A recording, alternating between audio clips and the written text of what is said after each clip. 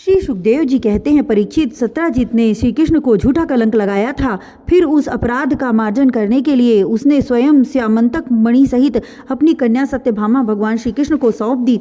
राजा परीक्षित ने पूछा, भगवान, सत्राजित ने भगवान श्री कृष्ण का क्या अपराध किया था? उसे श्यामंतक मणि कहाँ से मिली और उसने अपनी कन्या उन्हें क्यों दी? श्री सुखदेव जी ने कहा, परीक्षित, सत्राजित भगवान सूर्य का बहुत बड़ा भक्त था। वे उसकी भक्ति से प्रसन्न होकर उसके बहुत बड़े मित्र बन गए थे। सूर्य भगवान ने ही प्रसन्न होकर बड़े प्रेम से उसे श्यामंतक मणि दी थी। सत्राजित उस मणि को गले में धारण कर ऐसा चमकने लगा मानो स्वयं सूर्य ही हो। परीक्षित, जब सत्राजित द्वारिका में आया तब अत्यंत तेजस्विता के कारण लोग उसे पहचान न सके। दूर से ही उसे देखकर लोगों की आंखें उसके तेज से चौंधिया गई। लोगों ने समझा कि कदाचित स्वयं भगवान सूर्य आ रहे हैं। उन लोगों ने भगवान के पास आकर उन्हें इस बात की सूचना दी। उस समय भगवान श्री कृष्ण चौसर खेल रहे थे। लोगों ने कहा, शंख चक्र गदाधारी नारायण, कमल नयन दामोदर, यदुवंश शिरोमणि गोविंद, आपको नमस्कार है। जगदीश्वर देखिए, अपनी चमकीली किरणों से लोगों के नेत्रों को चौंधियाते हुए प्रचंड रश्मि भगवान सूर्य आपका दर्शन करने आ रहे हैं। हे प्रभु, सभी श्रेष्ठ देवता त्रिलोकी में आपकी प्राप्ति का मार्ग ढूंढते रहते हैं किंतु उसे पाते नहीं। आज आपको यदुवंश में छिपा हुआ जानकर स्वयं सूर्य नारायण आपका दर्शन करने आ रहे हैं। श्री सुखदेव जी कहते हैं, परीक्षित, अनजान पुरुषों की यह बात सुनकर कमल नयन भगवान श्री कृष्ण हंसने लगे। उन्होंने कहा, अरे ये सूर्यदेव नहीं है, यह तो सत्राजित है जो मणि के कारण इतना चमक रहा है। इसके बाद सत्राजित अपने समृद्ध घर में चला आया। घर पर उसके शुभागमन के उपलक्ष्य में मंगल उत्सव मनाया जा रहा था। उसने ब्राह्मणों के द्वारा श्यामंतक मणि को एक देव मंदिर में स्थापित करा दिया। परीक्षित, वह मणि प्रतिदिन 8 बार सोना दिया करती थी और जहाँ वह पूजित हो रही थी वहाँ दुर्भिक्ष, महामारी, ग्रह पीड़ा, सर्प भय, मानसिक और शारीरिक व्यथा तथा मायावियों का उपद्रव आदि कोई भी अशुभ नहीं होता था। एक बार भगवान श्री कृष्ण ने प्रसंगवश कहा, सत्राजित, तुम अपनी मणि राजा उग्रसेन को दे दो, परंतु वह इतना अर्थ लोभी था कि भगवान की आज्ञा का उल्लंघन होगा इसका कुछ भी विचार न करके उसे अस्वीकार कर दिया। एक दिन सत्राजित के भाई प्रसेन ने उस परम प्रकाशमयी मणि को अपने गले में धारण कर लिया और फिर वह घोड़े पर सवार होकर शिकार खेलने वन में चला गया। वहाँ एक सिंह ने घोड़े सहित प्रसेन को मार डाला और उस मणि को छीन लिया। वह अभी पर्वत की गुफा में प्रवेश कर ही रहा था कि मणि के लिए ऋक्षराज जम्बवान ने उसे मार डाला। उन्होंने वह मणि अपनी गुफा में ले जाकर बच्चे को खेलने के लिए दे दी। अपने भाई प्रसेन के न लौटने से उसके भाई सत्राजित को बड़ा दुख हुआ। वह कहने लगा, बहुत संभव है श्री कृष्ण ने ही मेरे भाई को मार डाला हो, क्योंकि वह मणि गले में डालकर वन में गया था। सत्राजित की यह बात सुनकर लोग आपस में कानाफूसी करने लगे। जब भगवान श्री कृष्ण ने सुना कि यह कलंक का टीका मेरे ही सिर लगाया गया है, तब वे उसे धो बहाने के उद्देश्य से नगर के कुछ सभ्य पुरुषों को साथ लेकर प्रसेन को ढूंढने के लिए वन में गए। वहाँ खोजते खोजते लोगों ने देखा कि घोर जंगल में सिंह ने प्रसेन और उसके घोड़े को मार डाला है। जब वे लोग सिंह के पैरों का चिन्ह देखते हुए आगे बढ़े तब उन लोगों ने यह भी देखा कि पर्वत पर एक ऋक्ष ने सिंह को भी मार डाला है। भगवान श्री कृष्ण ने सब लोगों को बाहर ही बिठा दिया और अकेले ही घोर अंधकार से भरी हुई ऋक्षराज की भयंकर गुफा में प्रवेश किया। भगवान ने वहां जाकर देखा कि श्रेष्ठ मणि श्यामंतक को बच्चों का खिलौना बना दिया गया है। वे उसे हर लेने की इच्छा से बच्चे के पास जा खड़े हुए। उस गुफा में एक अपरिचित मनुष्य को देखकर बच्चे की धाय भय भांति चिल्ला उठी। उसकी चिल्लाहट सुनकर परम बलशाली ऋक्षराज जाम्बवान क्रोधित होकर वहां दौड़ आए।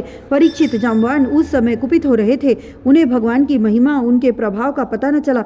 उन्होंने उन्हें एक साधारण मनुष्य समझ लिया और वे अपने स्वामी भगवान श्री कृष्ण से युद्ध करने लगे। जिस प्रकार मांस के लिए 2 बाज आपस में लड़ते हैं, वैसे ही विजयाभिलाषी भगवान श्री कृष्ण और जाम्बवान आपस में घमासान युद्ध करने लगे। पहले तो उन्होंने अस्त्र शस्त्रों का प्रहार किया, फिर शिलाओं का, तत्पश्चात वे वृक्ष उखाड़कर एक दूसरे पर फेंकने लगे। अंत में उनमें बाहु युद्ध होने लगा। परिचित, वज्र प्रहार के समान कठोर घूंसों से आपस में वे 28 दिन तक बिना विश्राम किए रात दिन लड़ते रहे। अंत में भगवान श्री कृष्ण के घूंसों की चोट से जाम्बवान के शरीर की एक एक गांठ टूट फूट गई। उत्साह जाता रहा, शरीर पसीने से लथपथ हो गया। तब उन्होंने अत्यंत विस्मित चकित होकर भगवान श्री कृष्ण से कहा, प्रभो, मैं जान गया आप ही समस्त प्राणियों के स्वामी, रक्षक, पुराण पुरुष भगवान विष्णु हैं। आप ही सबके प्राण, इंद्रिय बल, मनोबल और शरीर बल हैं। आप विश्व के रचयिता ब्रह्मा आदि को भी ही बनाने वाले हैं। बनाए हुए पदार्थों में भी सत्ता रूप से आप ही विराजमान हैं। काल के जितने भी अवयव हैं उनके निरामय परम काल आप ही हैं और शरीर भेद से भिन्न भिन्न प्रतीयमान अंतरात्माओं के परम आत्मा भी आप ही हैं। प्रभो, मुझे स्मरण है आपने अपने नेत्रों में तनिक सा क्रोध का भाव लेकर तिरछी दृष्टि से समुद्र की ओर देखा था। उस समय समुद्र के अंदर रहने वाले बड़े बड़े नाक, घड़ियाल और मगरमच्छ क्षुब्ध हो गए थे और समुद्र ने आपको मार्ग दे दिया था। तब आपने उस पर सेतु बनाकर सुंदर यश की स्थापना की तथा लंका का विध्वंस किया। आपके बाणों से कट कट कर राक्षसों के सिर पृथ्वी पर लौट रहे थे। अवश्य ही आप मेरे वे ही राम जी श्री कृष्ण के रूप में आए हैं। परीक्षित, जब ऋक्षराज जाम्बवान ने भगवान को पहचान लिया तब कमल नयन श्री कृष्ण ने अपने परम कल्याणी शीतल कर कमल को उनके शरीर पर फेर दिया और फिर अहेतु की कृपा से भरकर प्रेम गंभीर वाणी से अपने भक्त जाम्बवान जी से कहा, ऋक्षराज, हम मणि के लिए ही तुम्हारी इस गुफा में आए हैं। इस मणि के द्वारा मैं अपने पर लगे झूठे कलंक को मिटाना चाहता हूँ।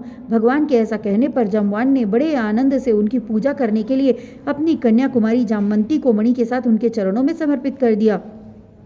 भगवान श्री कृष्ण जिन लोगों को गुफा के बाहर छोड़ गए थे उन्होंने 12 दिनों तक उनकी प्रतीक्षा की, परंतु जब देखा कि अब तक वे गुफा में से नहीं निकले तब वे अत्यंत दुखी होकर द्वारिका लौट गए। वहाँ जब माता देवकी, रुक्मणी, वसुदेव जी तथा अन्य संबंधियों और कुटुंबियों को यह मालूम हुआ कि श्री कृष्ण गुफा में से नहीं निकले तब उन्हें बड़ा शोक हुआ। सभी द्वारिकावासी अत्यंत दुखित होकर शत्राजित को भला बुरा कहने लगे और भगवान श्री कृष्ण की प्राप्ति के लिए महामाया दुर्गा देवी की शरण में गए, उनकी उपासना करने लगे। उनकी उपासना से दुर्गा देवी प्रसन्न हुई और उन्होंने आशीर्वाद दिया। उसी समय उनके बीच में मणि और अपनी नववधू जामवंती के साथ सफल मनोरथ होकर श्री कृष्ण सबको प्रसन्न करते हुए प्रकट हो गए। सभी द्वारिकावासी भगवान श्री कृष्ण को पत्नी के साथ और गले में मणि धारण किए हुए देखकर परमानंद में मग्न हो गए, मानो कोई मरकर लौट आया हो। तदनंतर भगवान ने सत्राजित को राज्यसभा में महाराज उग्रसेन के पास बुलवाया और जिस प्रकार मणि प्राप्त हुई थी वह सब कथा सुनाकर उन्होंने वह मणि सत्राजित को सौंप दी। सत्राजित अत्यंत लज्जित हो गया। मणि तो उसने ले ली परंतु उसका मुंह नीचे की ओर लटक गया। उसने अपने अपराध पर उसे बड़ा पश्चाताप हो रहा था। किसी प्रकार वह अपने घर पहुंचा। उसके मन की आंखों के सामने निरंतर अपना अपराध नाचता रहा। बलवान के साथ विरोध करने के कारण वह भयभीत भी हो गया था। अब वह यही सोचता रहता कि मैं अपने अपराध का मार्जन कैसे करूं, मुझ पर भगवान श्री कृष्ण कैसे प्रसन्न हों, मैं ऐसा कौन सा कर्म करूं जिससे मेरा कल्याण हो और लोग मुझे कोसे नहीं। सचमुच मैं अदूरदर्शी क्षुद्र हूँ। धन के लोभ से मैं बड़ी मूढ़ता का काम कर बैठा। अब मैं रमणियों में रत्न के समान अपनी कन्या सत्यभामा और वह श्यामंतक मणि दोनों ही श्री कृष्ण को दे दूं। यह उपाय बहुत अच्छा है। इसी से मेरे अपराध का मार्जन हो सकता है और कोई उपाय नहीं है। सत्राजित ने अपनी विवेक बुद्धि से ऐसा निश्चय करके स्वयं ही इसके लिए उद्योग किया और अपनी कन्या तथा श्यामंतक मणि दोनों ही ले जाकर श्री कृष्ण को अर्पण कर दी। सत्यभामा शील, स्वभाव, सुंदरता, उदारता आदि सद्गुणों से संपन्न थी। बहुत से लोग चाहते थे कि सत्यभामा हमें मिले और उन लोगों ने उन्हें मांगा भी था, परंतु अब भगवान श्री कृष्ण ने विधिपूर्वक उसका पानी ग्रहण किया। परीक्षित, भगवान श्री कृष्ण ने सत्राजित से कहा, हम श्यामंतक मणि न लेंगे। आप सूर्य भगवान के भक्त हैं, इसलिए वह आपके ही पास रहे। हम तो केवल उसके फल के अर्थात उससे निकले हुए सोने के अधिकारी हैं, वही आप हमें दे दिया करें।